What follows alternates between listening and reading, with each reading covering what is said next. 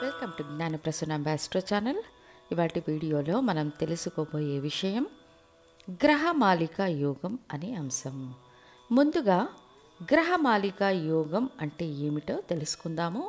మీ జాతకంలో 5 లేదా అంతకంటే ఎక్కువ గ్రహాలు వరుసగా 5 రాసుల్లో అమరి ఉన్నప్పుడు వీటి మధ్య ఎటువంటి అంతరం ఉండకూడదు. రవి మొదలు నవగ్రహాలను పరిగణలోకి తీసుకోవాలి. వారు ఒంటరిగా లేదా ఒకటి కంటే ఎక్కువ కలయికలో వరుసగా 5 స్థానాలను ఆక్రమించాలి. ఈ గ్రహాలు పూలమాలగా అమరి 5 స్థానాలలో ఉండడం వల్ల దీన్ని గ్రహమాలిక యోగం అంటారు. ఇక ఈ గ్రహమాలిక యోగం ఎటువంటి ఫలితాలను ఇస్తుంది అంటే ఒక వ్యక్తికి పోరాడే శక్తిని ఇస్తుంది. పదే పదే చేసే ప్రయత్నాల వల్ల విజయాన్ని అందిస్తుంది. ఇందులో చరరాశి నుండి ప్రారంభమయ్యి 5 స్థానాలలో ఉన్న గ్రహాల అమరిక మొదటి తరహా గ్రహమాలిక యోగంగా ఏర్పడుతుంది. ఉదాహరణకు మేషంలో రవి కూడా బుధుడు ఉన్నారు. 2వ స్థానంలో శుక్రుడు, 3వ స్థానంలో శని, 4వ స్థానంలో చంద్రుడు, 5వ స్థానంలో కుజ గురువులు ఉన్నారు. ఇక్కడ చరరాశి అయిన మేషం నుండి సింహం వరకు 5 స్థానాలలో గ్రహాలు అమరి ఉన్నాయి.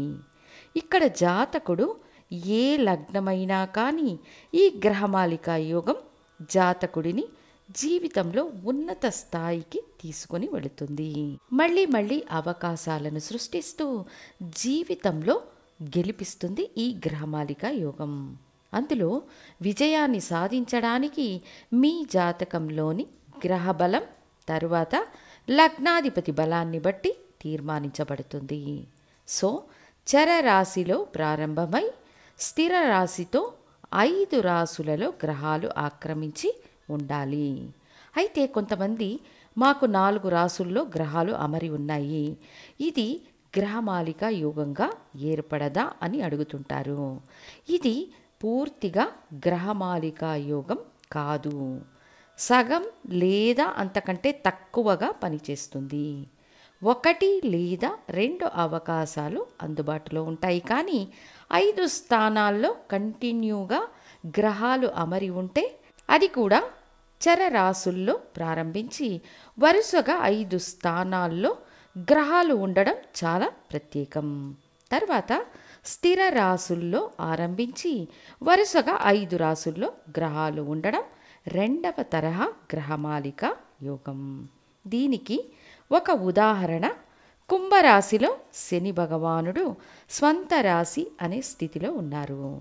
శుక్రుడు మీనంలో ఉచ్చం అనే స్థితిలో ఉన్నారు. మేషంలో రవి బుధులు ఉన్నారు. వృషభంలో చంద్రుడు, మిథునంలో కుజుడు, కర్కాటకంలో గురువు ఉన్నారు. ఇది కూడా ఒక గ్రహమాలిక యోగం. స్థిర రాశితో ప్రారంభమవుతుంది. అయితే ఇది 2వ తరహా యోగంగా ఏర్పడి అనేక అవకాశాలను విజయాలను ఇస్తుంది. జ్యోతిష శాస్త్రం అనేక చిక్కుముడులను కలిగిన సూక్ష్మశాస్త్రం. ఒక వ్యక్తి యొక్క భవిష్యత్తును ఖచ్చితంగా నిర్ణయించే శక్తి జ్యోతిష శాస్త్రానికి ఉంది. ఇలా ఉన్నప్పుడు ఇది అందరికీ అందుబాటులో ఉంటే సాధారణ విషయం అవుతుంది కదా. ఒలింపిక్స్లో గోల్డ్ మెడల్ అందరూ సాధిస్తే ఆ మెడల్కు వాల్యూ ఉండదు. అదేవిధంగా జాతకంలో యోగాలు అనేవి సూక్ష్మ అంశాలు. అవి తెలుసుకోవడానికి జ్యోతిష శాస్త్రంలో పూర్తి అవగాహన ఉన్న వ్యక్తులను మీరు సంప్రదించినప్పుడు తెలుసుకోవచ్చు. ఈ 2వ తరహా గ్రహమాలిక యోగం ఎటువంటి ప్రయోజనాలను ఇస్తుంది అంటే పదే పదే మీకు అవకాశాలు కల్పించి విజయాన్ని సాధించేట్లు చేస్తుంది. నేడు విజేతలుగా విరాజిల్లిన వారందరూ అవకాశాలు పొందినవారే. ఆ విజయానికి తగిన వారిగా తమను తాము మార్చుకోవడానికి వారికి నిరంతరం అవకాశాలు ఇవ్వబడతాయి. ఇందులో చరరాశి నుండి ప్రారంభించి 5 స్థానాల వరకు గ్రహాలు ఉంటే మొదటి తరహా గ్రహమాలికా యోగంగాను, స్థిర రాశి నుండి ప్రారంభించి 5 స్థానాల వరకు గ్రహాలు ఉంటే రెండవ తరహా గ్రహమాలికా యోగంగా పరిగణిస్తారు. ఆ తరువాత ఉభయ రాశి నుండి ప్రారంభించి వరుసగా 5 స్థానాల్లో గ్రహాలు ఉంటే మూడవ తరహా గ్రహమాలికా యోగంగా పరిగణించబడుతుంది. సో అప్పుడు మీ లగ్నం ఏదైనా కానీ మీ లగ్నం నుండి ప్రారంభించైనా రెండవ స్థానం నుండైనా కానీ గ్రహాలు వరుసగా 5 స్థానాలలో మాలగా అమరి ఉంటే గ్రహమాలికా యోగంగా పరిగణిస్తారు. చరరాశులలో ప్రారంభమయ్యే గ్రహమాలికా యోగం మొదటి తరహా యోగంగాను, స్థిర రాశుల్లో ప్రారంభమయ్యే గ్రహమాలికా యోగం రెండవ తరహా యోగంగాను, ఉభయ రాశుల్లో ప్రారంభమయ్యే గ్రహమాలికా యోగం మూడవ తరహా యోగంగా పేర్కొంటారు. ఈ గ్రహమాలికా యోగం మీకు ఉద్యోగంలో కానీ వృత్తి వ్యాపారాలలో కానీ పదే పదే అవకాశాలు కల్పిస్తుంది. ఆ అవకాశాలు మిమ్మల్ని విజేతగా నిరూపించుకోవడానికి సహాయపడతాయి. ఈ యోగాల యొక్క సూక్ష్మ విధులు 2 మాత్రమే ముఖ్యమైనవి. మొదటి విధి చరరాశుల నుండి ప్రారంభమయ్యే గ్రహమాలికా యోగానికి ఫుల్ పవర్ ఉంటుంది.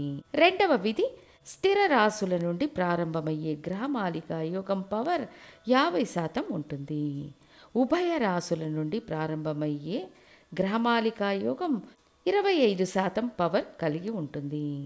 సో ఈ గ్రహమాలికా యోగం ఒక వ్యక్తికి నిర్దిష్ట వయస్సు నుండి పదే పదే అవకాశాలను ఇస్తూ అభివృద్ధిని ఇస్తుంది అని తెలియజేస్తూ మళ్ళీ ఇంకొక ముఖ్య వీడియోతో మీ ముందుంటాను. ధన్యవాదాలు.